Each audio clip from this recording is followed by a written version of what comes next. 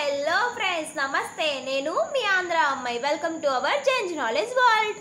Okay friends, మనం already third class Telugu చెప్పుకుంటున్నాం కదా. అందులో 4 లెసన్స్ అయిపోయాయి. ఇప్పుడు మనం 5th లెసన్ చూద్దాం. 5th లెసన్ నేమ్ వచ్చేసరికి పొడుపు విడుపు, ఇతివృత్తం, భాషాభిరుచి, ప్రక్రియ, సంభాషణ. ఓకేనా? మనం ఇప్పుడు లెసన్ చూసుకుందాం. వేసవి సెలవుల్లో గిరి సూరి వాళ్ళ మామయ్య గారి ఊరు వెళ్ళారు. రోజంతా సీతి వెంకిలతో తోటలో సరదాగా గడిపారు. దీపాలు పెట్టే సమయానికి ఇంటికి వచ్చారు. అందరూ కలిసి భోజనం చేశారు. మామయ్య కుర్చీలో కూర్చొని దినపత్రిక చదవసాగాడు. సూరి అన్నయ్య గిరి వసారాలో చందమామ కథల పుస్తకాన్ని చదువుకుంటున్నాడు. సూరి, సీతి, వెంకి నడవలోని మంచం మీద పడుకున్నారు.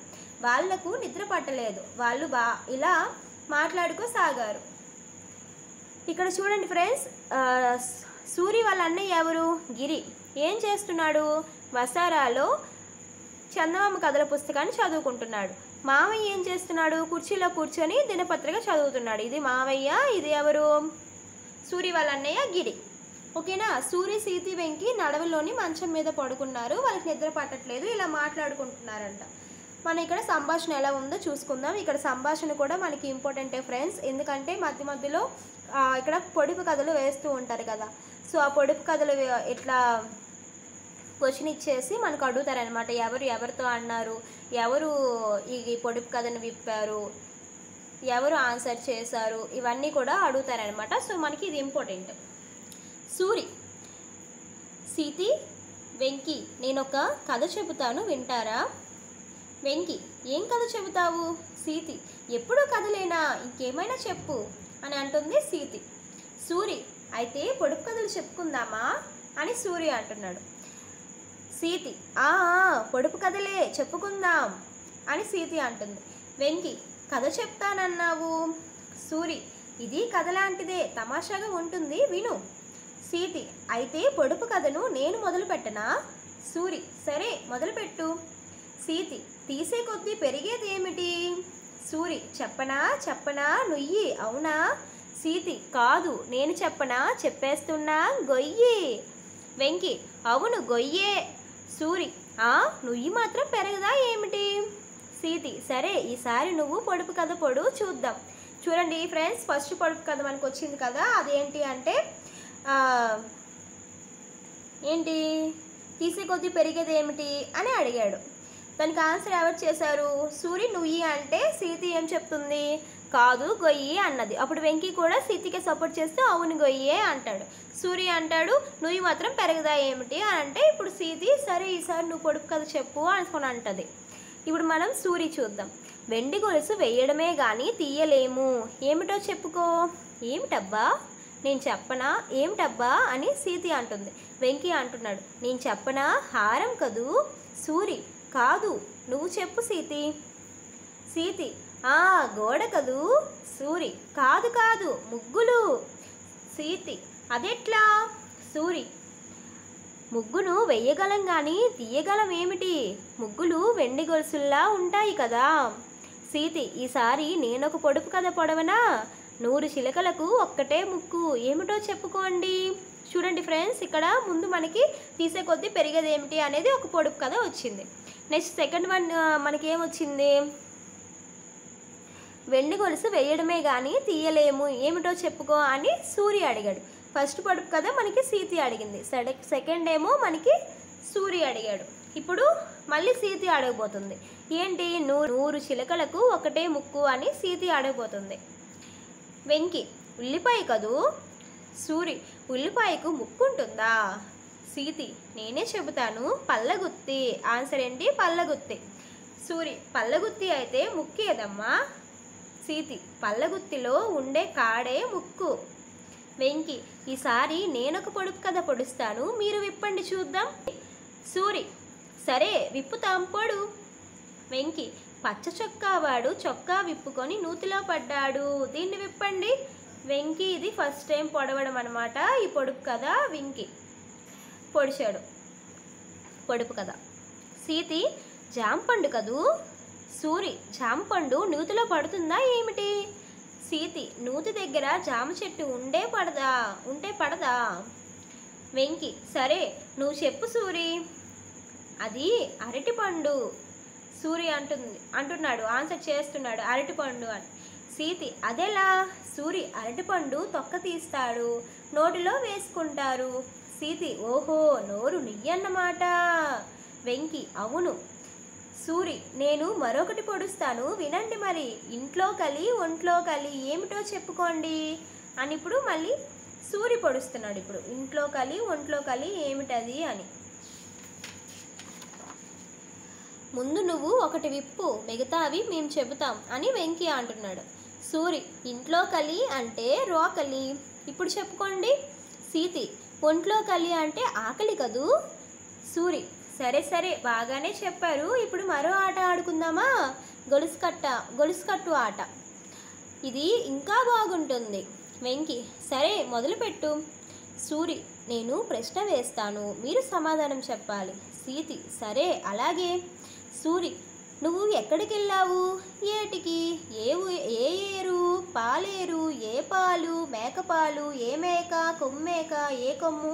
ఇట్లా గొలుసుకట్టు ఆట అంటే ఒక్కొక్కరు ఒక ఆన్సర్ చెప్తే దానికి మళ్ళీ ఏదో ఒక క్వశ్చన్ వేయాలి అనమాట. అట్లా గొలుసుకట్టు ఆట ఉంటుంది. ఇంతలో అమ్మ పడుకోమని కేకేసింది. ముగ్గురు నిద్రలోకి జారుకున్నారు. పిల్లలు సూరి సీతి వెంకీ ఆడిన గొలుసుకట్టు ఆటను మీరు కొనసాగించండి మరి అనేసి అన్నారు. ఇక్కడ చూడండి ఫ్రెండ్స్, మనకి మొత్తం ఎన్ని పొడుపు కథలు వచ్చాయో చూద్దాం. తీసే కొద్దీ పెరిగేది ఏమిటి? అదొకటి వచ్చింది. అది ఎవరు అడిగారు అంటే సీతి అడిగారు. సీతి అడిగితే దానికి నుయ్యి అని ఆన్సర్ ఎవరు చేశారు? సూరి. మళ్ళీ గొయ్యే అని సీతి ఆన్సర్ చేసింది. నెక్స్ట్ పొడుపు కదా సూరి అడిగాడు, వెండి గొలుసు వేయడమే కానీ తీయలేము అని. తర్వాత తన ఆన్సర్ ముగ్గు. నెక్స్ట్ సీతి అడుగుతుంది 100 చిలుకలకు ఒకటే ముక్కు అని, దాని ఆన్సర్ పల్లగుత్తి అని సీతియే చెప్తుంది. నెక్స్ట్ వెంకీ ఏమో పచ్చ చొక్కా వాడు చొక్కా విప్పుకొని నూతిలో పడ్డాడు అని వెంకీ అడుగుతాడు, దానికి ఆన్సర్ సూరి చెప్తాడు, అది అరటిపండు అని. నెక్స్ట్ సూరి అడుగుతాడు ఇంట్లో కలి ఒంట్లో కలి ఏమిటి అది అని. అప్పుడు ఇంట్లో కలి సూర్య చెప్తాడు రోకలి అని, ఒంట్లో కలి ఏమో సీతి చెప్తుంది అనమాట ఆకలి అని. ఓకేనా? ఇది ఫ్రెండ్స్ ఈ లెసన్. మీకు ఏమైనా డౌట్స్ ఉంటే కామెంట్ సెక్షన్లో కామెంట్ చేయండి. ఓకేనా? నెక్స్ట్ మనం చూసుకుందాం. పదాలు అర్థాలు. నుయ్యి, బావి, ప్రారంభించు, మొదలుపెట్టు, ఏరు, నది. చూడండి ఫ్రెండ్స్, ఇక్కడ కవి పరిచయం ఇచ్చారు కదా. కవి ఎవరు అంటే చింతా దీక్షితులు. 1891 1960. 1891 జననం, 1960 మరణం. కవి, కథకులు, విద్యావేత్త. తెలుగులో బాల సాహిత్యానికి తొలితరం మార్గదర్శకుల్లో ముఖ్యులు ఎవరు అంటే మన చింతా దీక్షితులు. గిరిజనులు, సంచార జాతుల గురించి తెలుగులో కథలు రాసిన తొలి రచయిత. ఇది ఇంపార్టెంట్ ఫ్రెండ్స్. గిరిజనులు, సంచార జాతుల గురించి తెలుగులో కథలు రాసిన తొలి రచయిత ఎవరు అని అడుగుతారు. అప్పుడు మనం చింతా దీక్షితులు అని ఆన్సర్ చేయాలి. నెక్స్ట్ ఈయన యొక్క రచనలు చూసుకుందాం. ఏకాదశి, శబరి, వటీరవు కథలు, లక్క పెడతలు ఈయన యొక్క రచనలు. జానపద గేయాలను కూడా ఈయన సేకరించడం జరిగింది. నెక్స్ట్ చూసుకుందాం ఫ్రెండ్స్. ఇక్కడ చూడండి, మీకు లెసన్ ఎంత బాగా అర్థమైందో చూద్దాం ఒకసారి. కొన్ని క్వశ్చన్స్ అడుగుతాను. ఎప్పుడు కథలేనా ఇంకేమైనా చెప్పు అని ఎవరన్నారు? సీతి. సరే మొదలుపెట్టు అని సూర్య అంటాడు. ఉల్లిపాయ కదూ అని వెంకీ అంటున్నాడు. ఓహో నోరు నుయ్యన్నమాట అని సీతి అంటుంది. నెక్స్ట్ చూద్దాం. ఇక్కడ చూడండి కొన్ని పొడుపు కథలు ఇచ్చారు, చూసుకుందాం. తెల్లని పొలంలో నల్లని విత్తనాలు చేత్తో చల్లుతారు, నోటితో ఏరుతారు. ఏంటవి?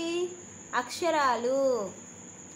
అక్షరాలు ఆన్సర్. నెక్స్ట్ చెయ్యని కుండ, పొయ్యని నీళ్లు, వెయ్యని సున్నం, తీయగనుండు. ఏంటది? కొబ్బరికాయ. పైనొక పలక కిందొక పలక, పలకల నడుమ మెలికల గిలక. ఏమిటది? నాలుక. అంతులేని చెట్టుకు 60 కొమ్మలు, కొమ్మ కొమ్మకు 1,000,000 పువ్వులు, పువ్వుల్లో 2 కాయలు. ఏంటవి? సూర్యుడు, చంద్రుడు. నెక్స్ట్ ఇక్కడ చూడండి, ప్రాసపదాలు అంటే గెలుపు, తెలుపు ఇట్లా పిల్లలకు చేసుకోమని ఇచ్చారనమాట. ప్రాసపదాలు అంటారు వీటిని. ఇక్కడ నెక్స్ట్ ద్విత్వాక్షరాలు అంటే ఏ అక్షరానికి అదే ఒత్తు వచ్చింది అనుకోండి దాన్ని ద్విత్వాక్షరాలు అంటారు. ఇప్పుడు కా అనే అక్షరానికి కా ఒత్తు వచ్చింది కదా, సో ఇదొక ద్విత్వాక్షరం అనమాట. యాకి యావత్తు, మాకి మావత్తు, అట్లా వస్తే మనకి ద్విత్వాక్షరాలు. నెక్స్ట్ ఇవి ఇంపార్టెంట్ ఫ్రెండ్స్. ఇక్కడ చూడండి, లూతో అంతమయ్యే కొన్ని పదాలు రాయమని అడిగారనమాట. సో వినడానికి మనకి ఉపయోగపడేవి ఏంటి? చెవులు. నిద్రలో వచ్చేవి మనకి కళలు. వేసవిలో వచ్చేవి ఎండలు. పక్షులకు ఉండేవి రెక్కలు.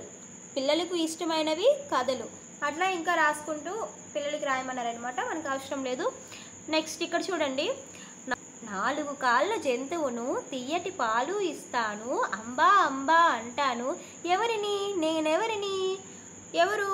ఆవు. పండ్లలో రాజును నేను, తీయగా ఉంటాను నేను, ఎవరిని? నేనెవరిని? మామిడి పండు. అందరికీ మామన నేను, ఆకాశంలో ఉంటాను, ఏంటది? ఎవరిని? నేనెవరిని? చందమామ. ఖండాలు దేశాలు లేని పటాన్ని నేను, నేనెవరిని? ఎవరిని నేను? గాలిపటం. ఓకేనా? నెక్స్ట్ మనం చూసుకుందాం. ఇక్కడ భాషాంశాలు చూడండి, ఇవి ఇంపార్టెంట్. ఇక్కడ సీను, గణపతి, రాజు, పెన్ను, పెన్సిల్, పుస్తకం, రామచిలుక, పావురం ఇలా అండర్లైన్ చేశారు కదా కొన్ని పదాలని. ఇట్లా గీత గీసిన పదాలు మనుషుల పేర్లు, వస్తువుల పేర్లు, పక్షుల పేర్లను తెలియజేస్తున్నాయి. ఇలా పేర్లను తెలిపే పదాలనే మనం ఏమంటామంటే నామవాచకాలు అంటాము. ఓకేనా? నెక్స్ట్ మనం ఈ మాసపు పాట చూసుకుందాం. చందమామ. అందమైన చందమామ, అందరాని చందమామ, అమ్మా నా చేతిలోని అద్దములో చిక్కినాడే, రెక్కలు నాకుంటేనా ఒక్క ఎగురు ఎగిరిపోనా, నెలవంకతో ఆటలాడి నీ ఒడికే తిరిగిరానా, గున్నమావి కొమ్మలలో సన్నజాజి రెమ్మలలో, నక్కి నక్కి దొంగల్లే నన్ను చూచి నవ్వినాడే, లెక్కలేని చుక్కలకి చక్రవర్తి చందమామ, నీలి నీలి మబ్బులలో తేలిపోవు చందమామ, అందమైన చందమామ, అందరాని చందమామ, అమ్మా నా చేతిలోని అద్దములో చిక్కినాడే. ఈ చందమామ పాటను రచించింది నండూరి రామ్మోహన్ రావు గారు. ఇక్కడ కవి పరిచయం చూసుకుందాం. ఈయన యొక్క జననం 1927, మరణం 2011. ఈయన కవి, అనువాదకులు, గొప్ప భావకులు. హరివిల్లు ఆయన రచించిన బాలగేయుల సంపుటం. సో నండూరి రామ్మోహన్ రావు గారి బాలగేయుల సంపుటం ఏంటి? హరివిల్లు. నరవతారం, విశ్వరూపముల ద్వారా విజ్ఞాన శాస్త్రాన్ని సులభ శైలిలో పాఠకులకు పరిచయం చేశారు. విజ్ఞాన శాస్త్రాన్ని వేటి ద్వారా సులభ శైలిలో పాఠకులకు పరిచయం చేశారు అని అడగవచ్చు మనకి. అప్పుడు మనం ఆన్సర్ ఏం చేయాలి? నరవతారం, విశ్వరూపం. విశ్వదర్శనం, అక్షరయాత్ర వంటి రచనలతో పాటు మార్క్ ట్వెయిన్ రచించిన టామ్ సాయర్, హకిల్ బెర్ఫెన్ వంటి అనువాదాలు కూడా చేశారు. ఈయన యొక్క అనువాదాలు ఏంటి? మార్క్ ట్వెయిన్ రచించిన టామ్ సాయర్, హకిల్ బెర్ఫెన్ వంటి అనువాదాలు కూడా చేశారు. అతనే మరి యొక్క రచనలు కూడా ఉన్నాయి. అవేంటి? విశ్వదర్శనం, అక్షరయాత్ర అనేవి కూడా ఆయన యొక్క రచనలే. నెక్స్ట్ మనం వికట కవి చూసుకుందాం. ఈ మాసపు కథ. వికట కవి తెనాలి రామకృష్ణ కథల నుంచి తీసుకున్నారనమాట ఈ వికట కవిని. కృష్ణా తీరంలో గార్లపాడు అనే ఊరు ఉంది. ఏ ఊరు? గార్లపాడు. ఆ ఊరిలో రామయ్య మంత్రి అనే పండితుడున్నాడు. అతని భార్య లక్ష్మమ్మ, వారి కుమారుడు రామకృష్ణుడు. చిన్నతనంలో రామకృష్ణుని తండ్రి మరణించాడు. మేనమామ అతన్ని తెనాలికి తీసుకొని వచ్చాడు. రామకృష్ణుని బడిలో వేశాడు. రామకృష్ణుడు చదువుకునేవాడు కాదు, బడికి పోయేవాడు కాదు. పొద్దున్నే ఇంటి నుంచి బయలుదేరి అటు ఇటు తిరిగేవాడు. సాయంత్రం ఇంటికి చేరేవాడు. చదువు లేదు, అల్లరి ఎక్కువ, పెద్దవాడవుతున్నాడు. ఒకరోజు రామకృష్ణుడు అలా తిరుగుతున్నాడు. అతనికి ఒక సాధువు ఎదురయ్యాడు. సాధువుకు ఎందుకో రామకృష్ణుడి మీద దయ కలిగింది. అతన్ని దగ్గరికి పిలిచాడు. నాయనా, నీకు ఒక మంత్రం చెప్తాను, కాళికాదేవి గుడికి వెళ్ళు, అక్కడ అమ్మవారిని పూజించు, ఈ మంత్రం జపించు, నీకు మేలు కలుగుతుంది అని చెప్పాడు. రామకృష్ణుడు మంత్రం నేర్చుకున్నాడు. ఆ మంత్రాన్ని పరీక్షించాలనుకున్నాడు. కాళికాదేవి గుడికి వెళ్ళాడు. అమ్మవారి ముందు కూర్చున్నాడు. మంత్రం చదువుతూ కూర్చున్నాడు. పగలు గడిచిపోయింది, రాత్రి గడిచిపోయింది. రామకృష్ణుడు మంత్రం చదువుతూనే ఉన్నాడు. కాళికాదేవి ప్రత్యక్షమైంది. కాళికాదేవి 2 చేతుల్లో 2 పాత్రలున్నాయి. ఆమె రామకృష్ణుడిని పిలిచింది. నాయనా, ఇవిగో 2 పాత్రలు. ఒక దానిలో పాలున్నాయి, మరొక దానిలో పెరుగుంది. పాలు తాగితే గొప్ప పండితుడు అవుతావు, పెరుగు తాగితే ఐశ్వర్యవంతుడవుతావు. నీకేం కావాలో కోరుకో అంది. రామకృష్ణుడు సందేహంగా చూశాడు. అమ్మా, అవి అసలు ఎలా ఉన్నాయో నాకు తెలీదు.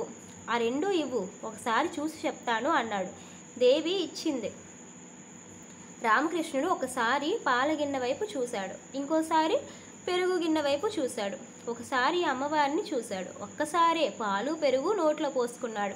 కాళికాదేవికి కోపం వచ్చింది. ఇదేం పని, నీవు వికట కవి అవుతావు పో అంది. రామకృష్ణుడు దేవి కాళ్ళపై పడ్డాడు. క్షమించమన్నాడు. ధనం లేని పాండిత్యం, పాండిత్యం లేని ధనం రెండూ వ్యర్థమే, అందుకే రెండూ కావాలన్నాడు.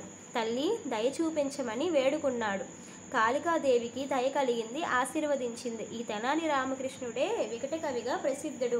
వికట కవి తిరగవేసి చదవండి, మళ్ళీ వికట కవి అవుతుంది. రామకృష్ణుడు రాయలవారి ఆస్థానంలో చేరాడు. అష్టదిగ్గజాలలో ఒకడయ్యాడు. గొప్ప కావ్యాలు రాశాడు. తెనాలి రామకృష్ణుడన్నా రామలింగడన్నా ఒక్కరే. అతన్ని గురించి ఎన్నో కథలున్నాయి, తెలుసుకోండి.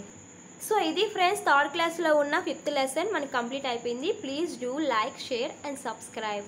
సైనింగ్ ఆఫ్ మీ ఆంధ్ర అమ్మాయిలు.